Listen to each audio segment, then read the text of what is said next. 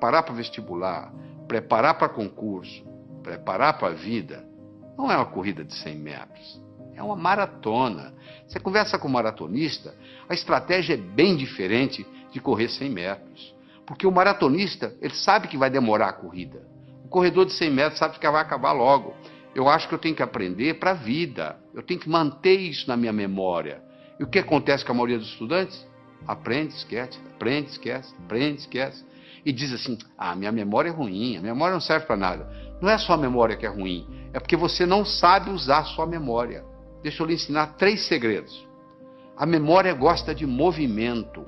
Uma coisa é eu pensar num cachorro parado, outra coisa é pensar num cachorro correndo. É totalmente diferente. Aquelas memórias que você tem na sua mente, elas estão lá na forma de filmes e não na forma de slides. Se você memoriza coisa parada, você esquece. Se você memoriza em movimento, você vai se lembrar sempre. Segundo, existem estudos mostrando que o professor que trabalha com giz de 2 cores aumenta em 19% o desempenho da classe que ele está lecionando.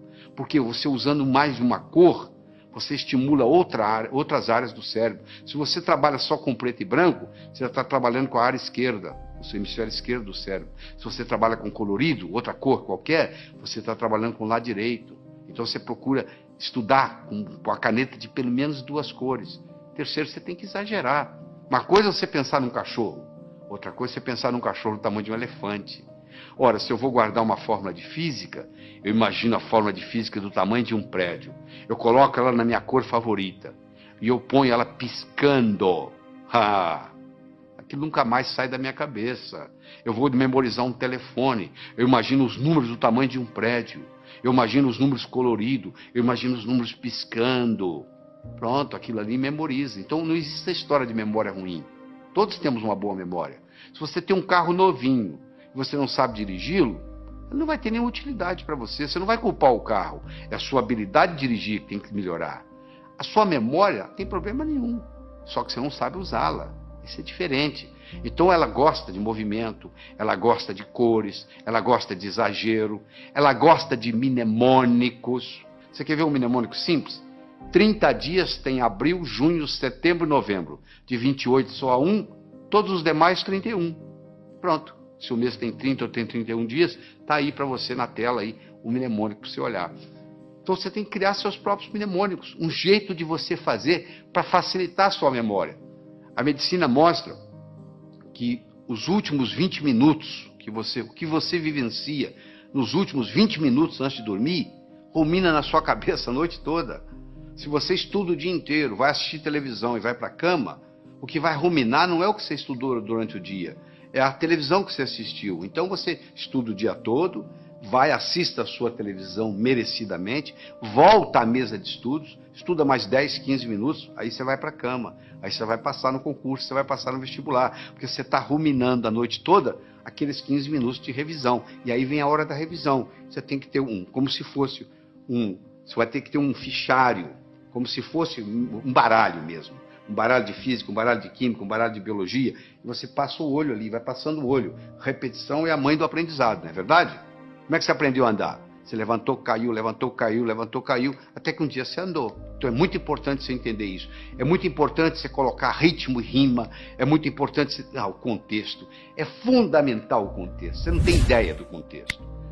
O contexto é assim, quer ver? Onde é que eu coloquei a chave, onde é que eu coloquei aquela chave, você não consegue se lembrar. Aí de repente você entra naquele quarto, coloquei ali, porque você entrou no contexto onde estava a chave.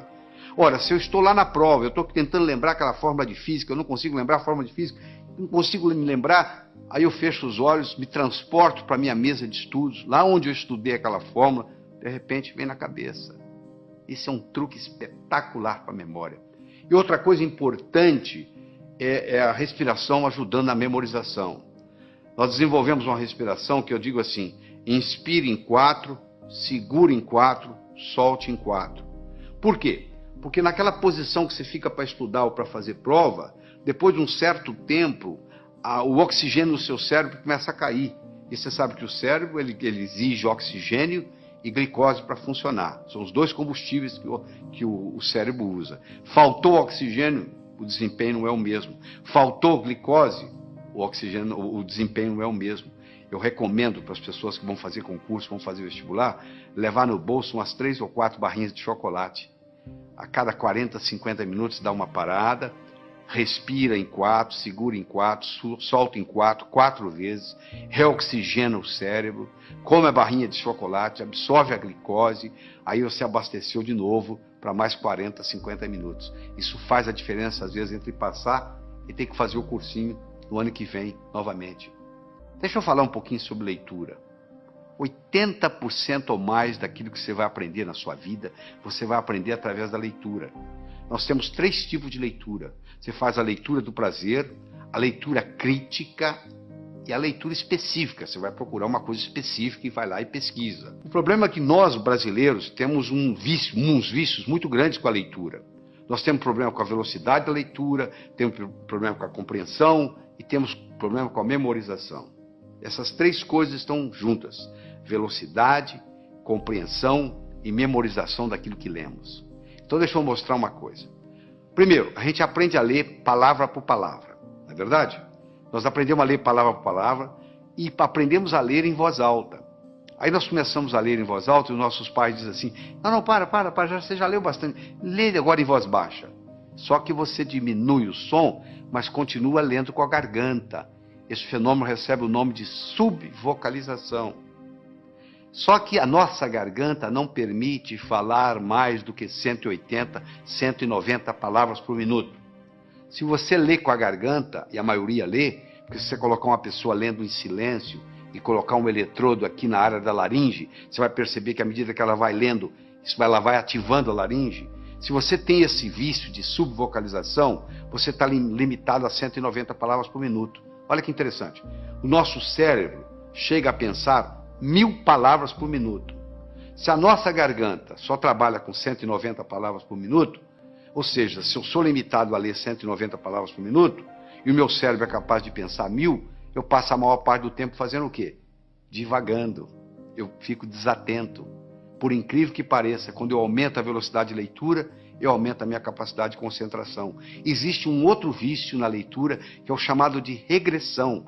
O meu olho está sempre voltando, está sempre voltando, está sempre voltando, e eu perco um tempo danado nisso. Esses processos, então, o palavra por palavra, o subvocalização, a regressão, são problemas que prejudicam intensamente a nossa velocidade de leitura. Então eu vou recomendar a você aqui, para você pegar o jeito.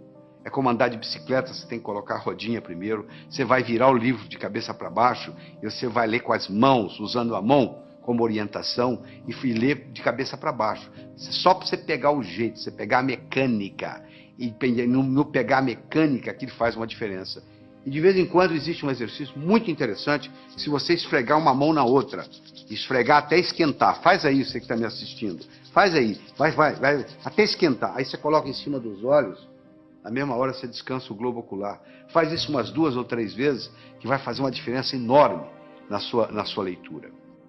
Outra coisa importante: anote não palavras nem números, anote ideias. E como é que você anota ideias? Com aquele disquinho quebrado que eu ensinei. O que estão querendo que eu aprenda desse material? O que estão querendo que aprenda desse material? Use mapas mentais. O que é mapa mental? É desenvolvido por um psicólogo britânico, Tony Buzan. Ele vai às escolas britânicas, pega o último aluno da sala, em 2 meses ele faz ser primeiro colocado. Ele já fez isso várias vezes, provando que funciona. Ele mostra que um modo de você anotar usando o mapeamento mental, chamado Mind Map, o mapa mental, é o modo como o cérebro aprende. Isso alavanca tremendamente. Você dá uma olhada aí no slide que eu estou projetando, você vai ver como é que é o mapa mental.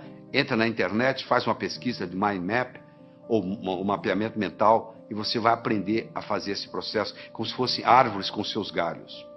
É importante você fazer ficha de revisão, fundamental. Às vezes uma ficha de revisão, você pode colocar tudo que você precisa, todo o conhecimento, naquela ficha de revisão. E só de você bater o olho ali, aquilo vai reforçando, e geralmente você faz isso antes de dormir. Repetição é a mãe do aprendizado. Você aprendeu a andar como? Levantou, caiu, levantou, caiu, levantou, caiu, até que um dia você andou. Outra coisa importante: o aprendizado é mais eficaz quando ele é divertido. Você tem que se divertir. Você não pode estudar de mau humor. Você tem que substituir suas anotações lineares por mapas mentais. Você tem que procurar trabalhar com pelo menos 2 cores diferentes. Você tem que associar sempre a teoria à prática.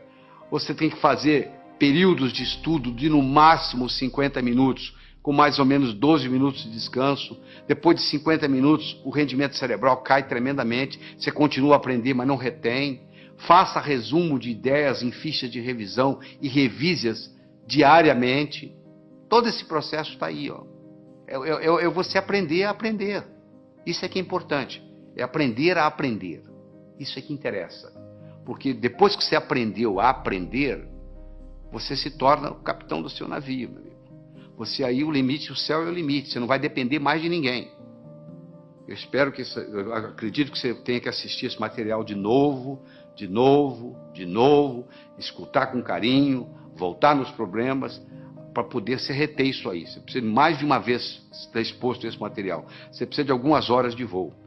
Quem sabe esse material que você está participando, que você vai reler, reestudar, reescutar, etc, etc, etc, talvez seja o próximo floco de neve que vai quebrar o seu galho para o resto da vida.